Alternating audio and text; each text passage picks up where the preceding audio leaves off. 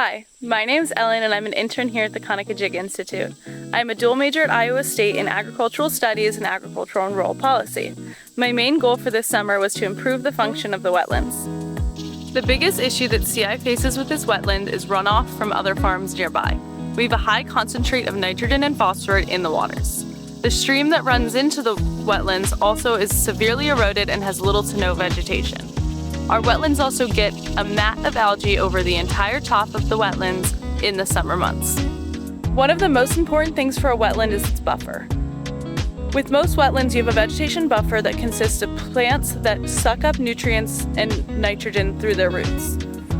This is important for keeping runoff out of the wetlands, and here at CI, our vegetation buffer is lacking. So what have we done this summer to improve the wetlands? Well, we started with the stream. First, we dug out eroded areas and removed invasives and large trees that had fallen.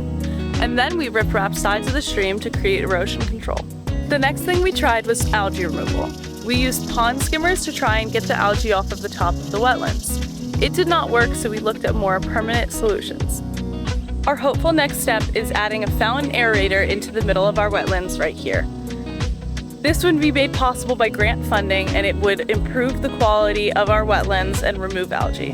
During my time here at the Conococheague Institute, I have used strategies that have been brought to me through my education to improve the wetlands and ecological function of the Conococheague Institute. It's also given me real-life experience for what I've learned in the classroom and for my professional development. My internship has been made possible by a PHMC grant from donations by the Davis and Stauffer family.